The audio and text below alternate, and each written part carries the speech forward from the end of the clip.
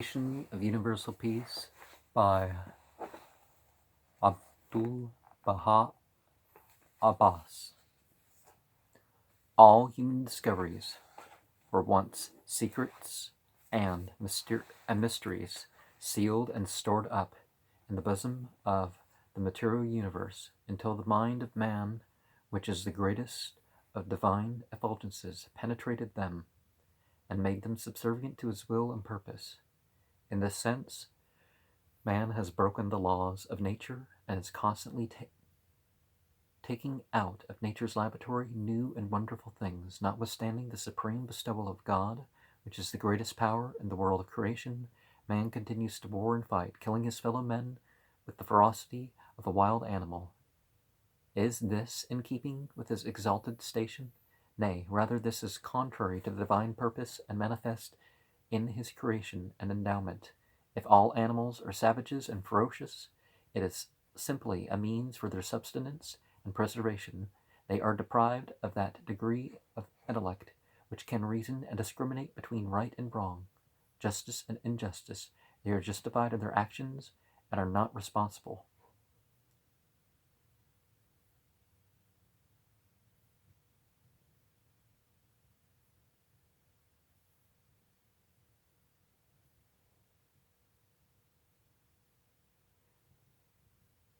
Well, they are responsible, but, they haven't chosen the sort of intellect. When man is ferocious and cruel towards his fellow men, it is not for subsistence or safety. His motive is selfish advantage and woeful wrong. It is neither seemly nor befitting that such a noble creature, endowed with intellect and lofty thoughts, capable of wonderful achievements and discoveries in sciences and arts, with potential for ever higher perceptions and accomplishment of divine purposes in life, should seek the blood of his fellow men upon the field of battle. Man is in the temple of God. He is not a human temple. If you destroy a house, the owner of that house will be grieved and wrathful. How much greater is the wrong when man destroys a building planned and erected by God? Undoubtedly he deserves the judgment and wrath of God. God has created man lofty and noble, made him a dominant factor in creation.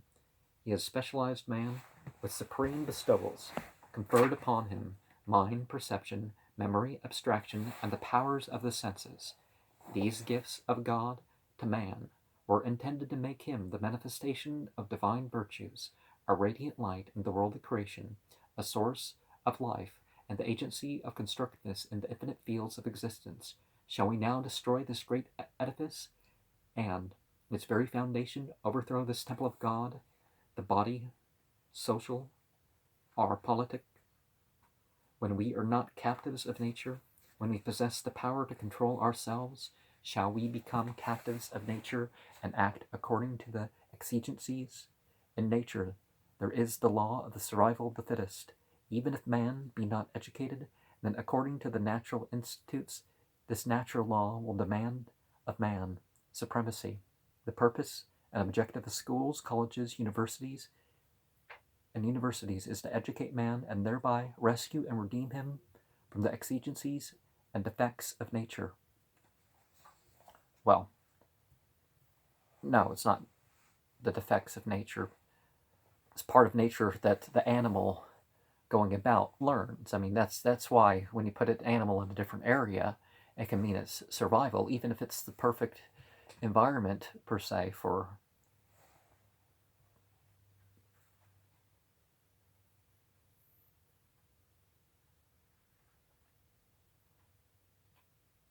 if we should relegate this plot of ground to its natural state, allow it to return to its original condition,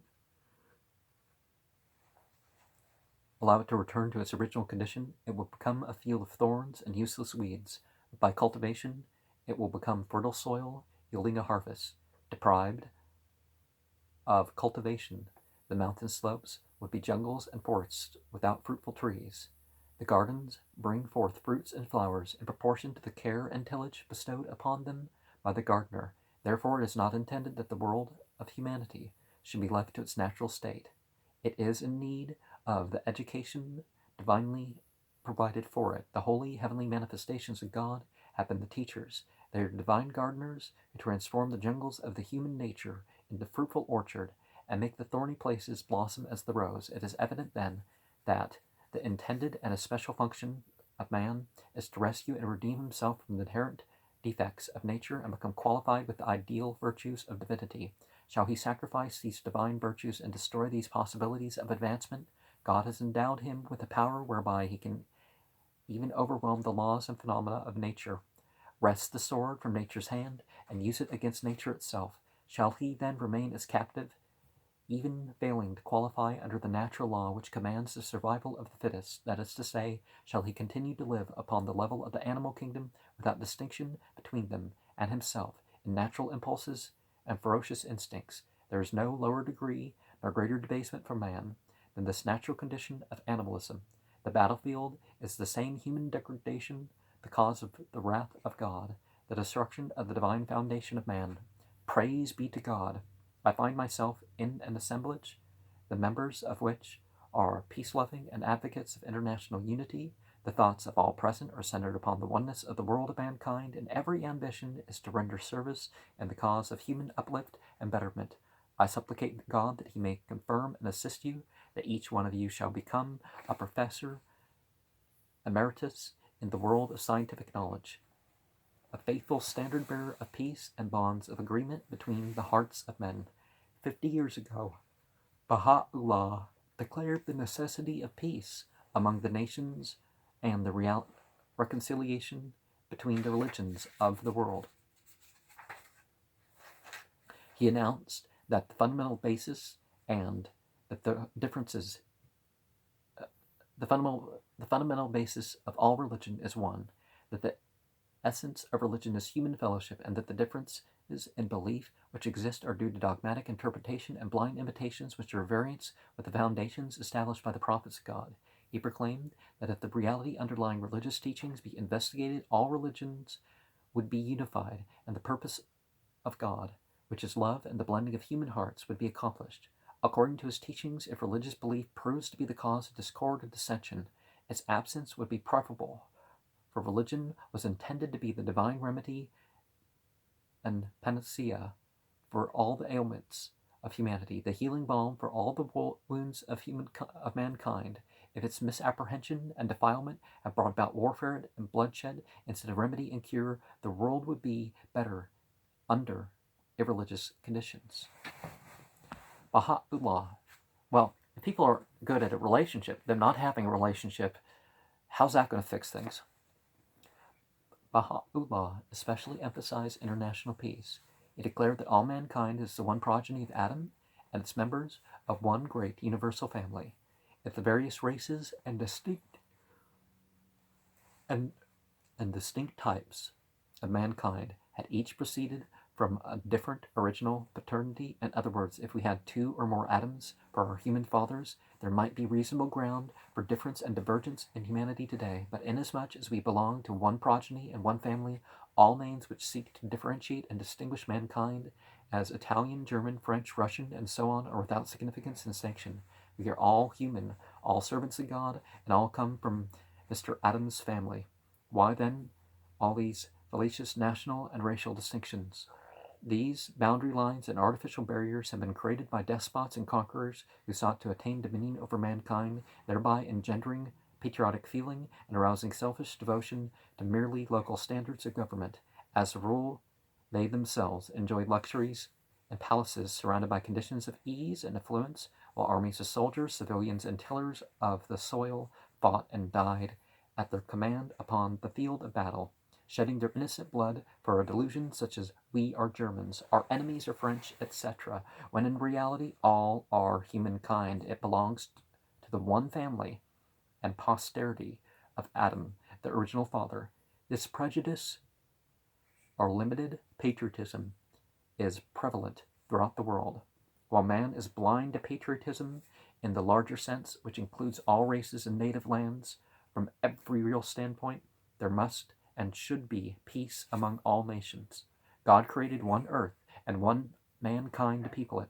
Mankind has no other habitation, but man himself has come forth and proclaimed imaginary boundary lines and territorial restrictions, naming them Germany, France, Russia, etc., and torrents of precious blood are spilled in defense of these imaginary divisions of our one human habitation, under the delusion of a fancied and limited patriotism. After all, a claim and title to territory or native land is but a claim and attachment to the dust of the earth. We live upon this earth for a few days and then rest beneath it forever.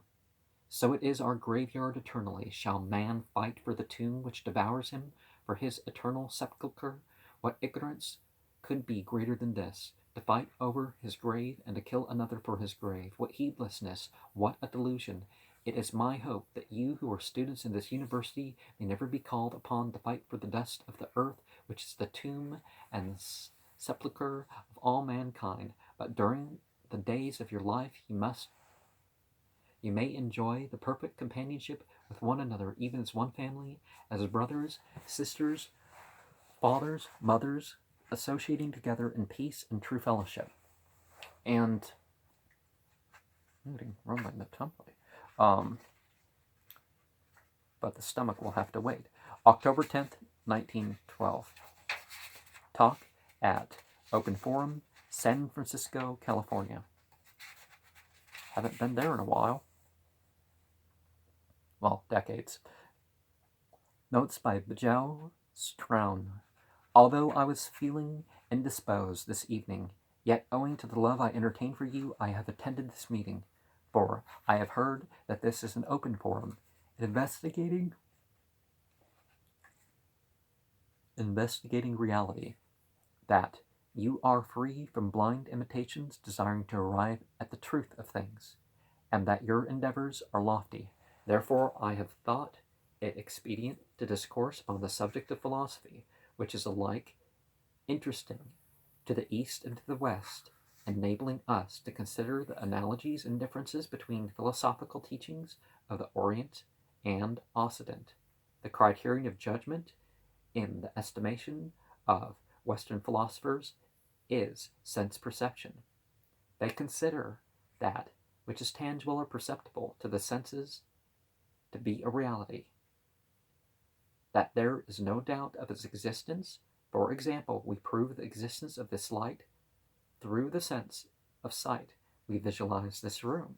We see the sun, the green fields. We use our sense of sight to observe them. The opinions of these philosophers is that such perception is reality, that the senses are the highest standard of perception and judgment, in which there can neither be doubt nor uncertainty.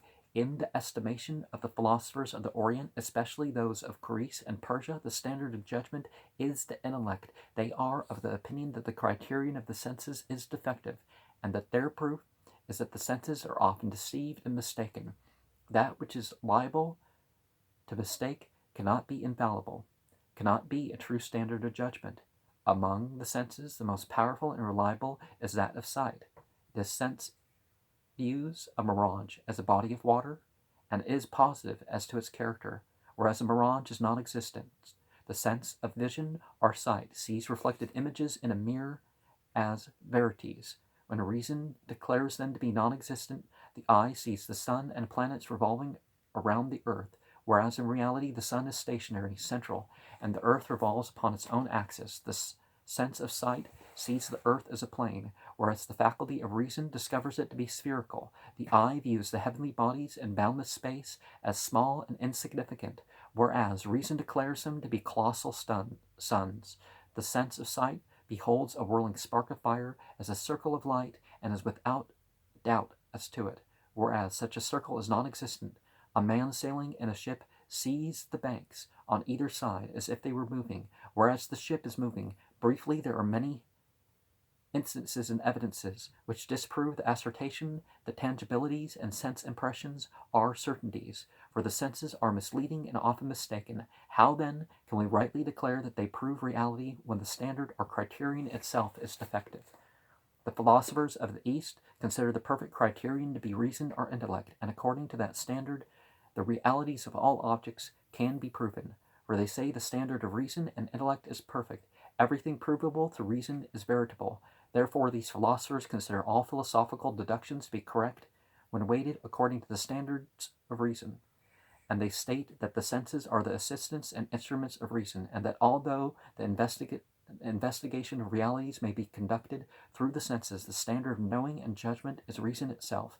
In this way, the philosophers of the East and West differ and disagree. The materialistic philosophers of the West declare that man belongs to the animal kingdom, whereas the philosophers of the East, such as Plato, Aristotle, and the Persians, divide the world of existence or phenomena of life into two general categories or kingdoms. One, the animal kingdom, or world of nature; the other, the human kingdom, or world of reason.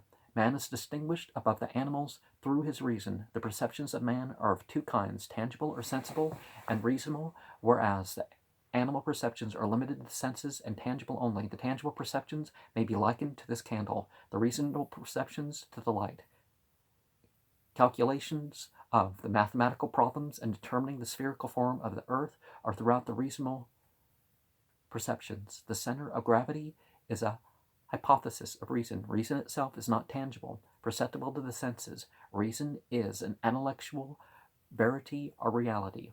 All qualities are ideal realities, not tangible realities. For instance, we say that this man is a scholarly man. Knowledge is an ideal attainment, not perceptible to the senses.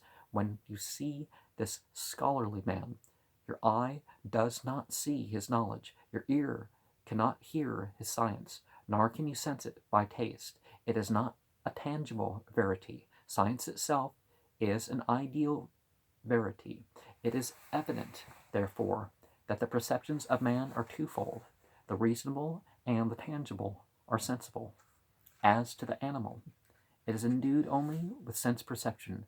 It is lacking the reasonable perception. It cannot apprehend ideal realities. The animal cannot conceive of the earth as a sphere. The intelligence of an animal located in Europe could never have planned the discovery of the continent of America. The animal kingdom is incapable of discovering the latent mysteries of nature, such as electricity, and bringing them forth from the invisible to the plane of visibility. It is evident that the discoveries and inventions transcend the animal intelligence. The animal cannot penetrate the secrets of Genesis and creation. Its mind is incapable of conceiving the verity of ether. It cannot know the mysteries of magnetism, because the bestowals of abstract reason and intellect are absent in its endowment. That is to say, the animal in its creation is a captive of the senses. Beyond the tangibilities and impressions of the senses, it cannot accept anything. It denies everything. It is incapable of ideal perception, and therefore a captive of the senses. Virtue, or perfection, belongs to man, who possesses both. Remember the gender neutral. That's what we're saying here.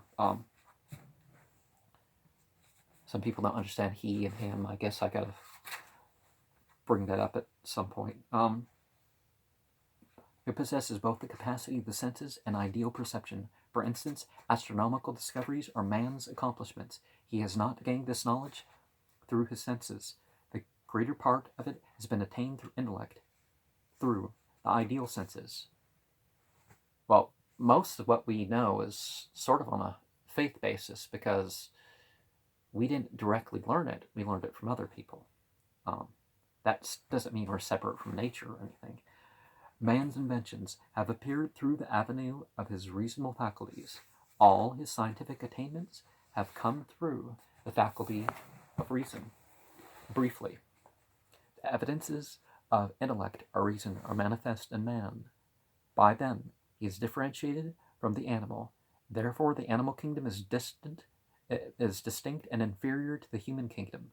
Notwithstanding this, the philosophers of the West have certain syllogisms or demonstrations whereby they endeavor to prove that man had his origin in the animal kingdom, that although he is now a vertebrate, he originally lived in the sea, and thence he was transferred to the land and became vertebrate. That gradually his feet and hands appeared in his anatomical development. Then he began to walk upon all fours, after which he attained to human stature, walking erect. They find that his anatomy has undergone successive changes, finally assuming human form, and these intermediate forms or changes are the links connected. between man and the ape. However, there is one link missing, and that to the present time scientists have not been able to discover it. Therefore, it is the greatest proof of the Western theory of human evolution is anatomical reasoning that there are certain vestiges of organs found in man which are peculiar to the ape and lower animals, and setting forth of the conclusion that man at some time in his upward progression has possessed these organs which are no longer functioning but appear now as mere rudiments and vestiges. For example, a serpent has a certain appendage which indicates that at one time it was possessed of long limbs, but as this creature began to find its habitation in the holes of the earth, these limbs, no longer needed, became atrophied and shrunk, leaving but a vestige or appendage as an evidence of the time when they were lengthy and serviceable.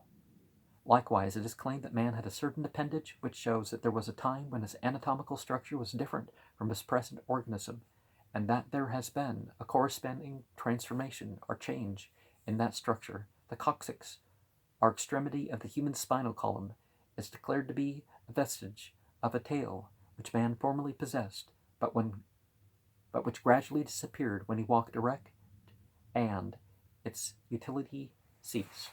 Well, animal from an animal, it wasn't man back then. These statements and demonstrations express the substance of Western philosophy upon the question of human evolution. The philosophers of the Orient, in reply to those of the Western world, say, let us suppose that human anatomy was primordially different from its present form, that it was gradually transformed from one stage to another until it attained its present likeness, and that at one time it was similar to a fish, latter an invertebrate, and finally human. This anatomical evolution or progression does not alter or affect the statement that the development of man was always human in type and biological in progression. For the human embryo, when examined microscopically, is at first a mere germ or worm. Gradually, as it develops, it shows certain divisions. Rudiments of hands and feet appear. That is to say, an upper and lower part are distinguishable. Afterward, it undergoes certain distinct changes until it reaches its actual human form and is born into this world. But at all times, even when the embryo resembled a worm, it was human in potentiality and character, not an animal. Well, this prejudicing its term animal. The forms assumed by the human embryo in its successive changes do not prove that it is an animal in its essential character. Throughout this progression, there has been a transference of a type of conservation of species or kind. Realizing this, we may acknowledge that the fact that at one time man was an intimate of the sea, at another period an invertebrate, then a vertebrate, and finally a human being standing erect.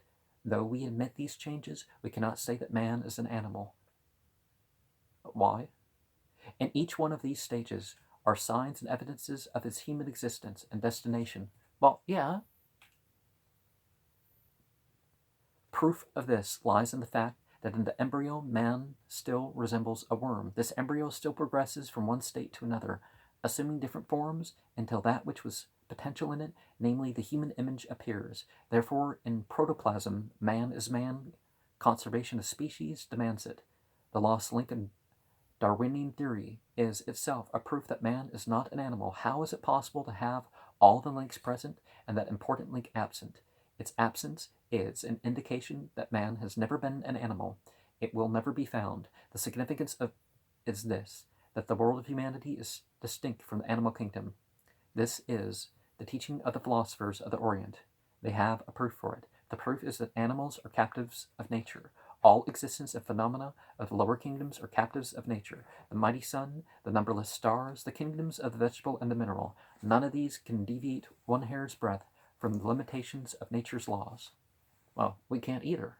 And if we try to do things that aren't quite our form, just like any other animal, an animal falls off a cliff, it falls off a cliff. But only the human can,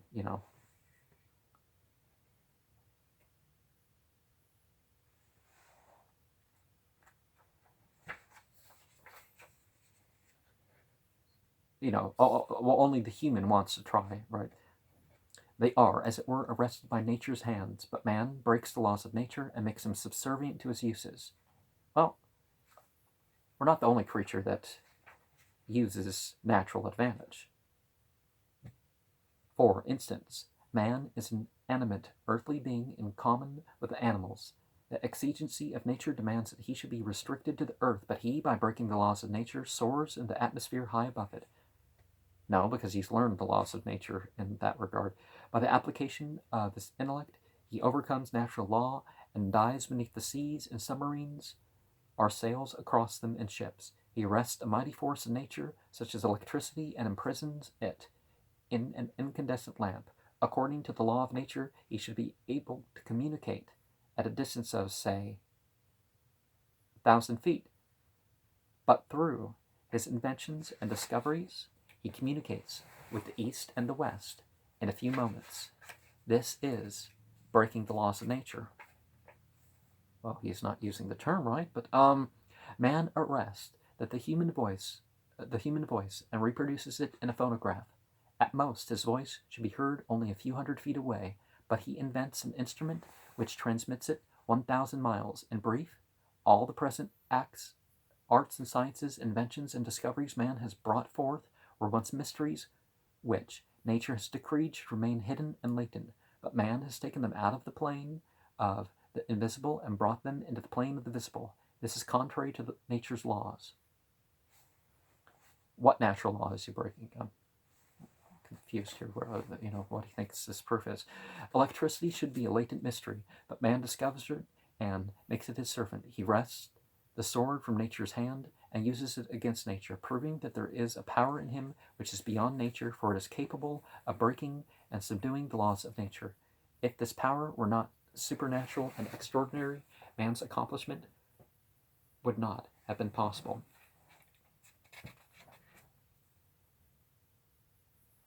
Furthermore, well, I'm not saying certain things aren't artificial, but furthermore, it is evident that in the world of nature consciousness, knowledge is absent. The more we find out, the more that's. Nature is without knowing, whereas man is conscious. Nature is devoid of memory, man possesses memory. Nature is without perception and volition, man possesses both. It is evident that virtues are inherent in man, which are not present in the world of nature. This is provable from every standpoint. If it be claimed that the intellectual reality of man belongs to the world of nature, that it's part of the whole we acts, is it possible for the part to contain virtues which the whole does not possess? For instance, is it possible for a drop to contain virtues which the aggregate body of the sea deprived? Is it possible for a leaf to be imbued with virtues which are lacking in the whole tree?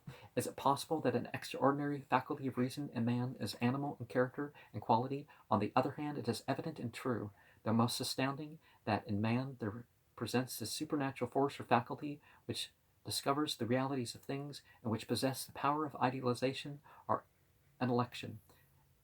It is capable of discovering scientific laws, and science, we know, is not a tangible reality. No, science is actually the facts.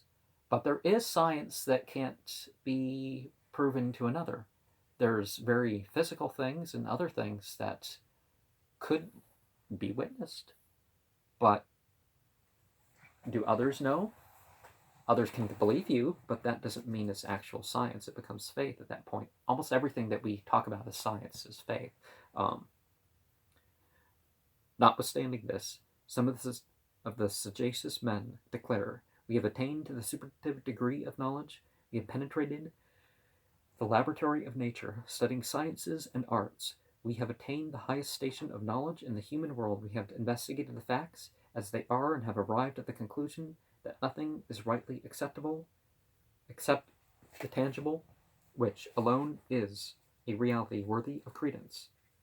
All that is not tangible is imagination and nonsense. Strange indeed that after 20 years training in colleges and universities, man should reach such a station wherein he will deny the existence of the ideal or that which is not penetrable to the senses. Have you ever stopped to think that the animal already has graduated from such a university? Have you ever realized that the cow is already a professor emeritus of that university? For the cow is, without hard labor and study, is already a philosopher of the superlative degree in the school of nature. The cow denies everything that is not tangible, saying, I can see, I can eat, therefore I believe in only that which is tangible. No, where's the cow say such things? I guess it's possible for people to have the spiritual experience where they're talking to animals, but yeah, there's reason to think that cows and certain animals have. Anyways, then why should we go to the colleges? Let us go to the cow.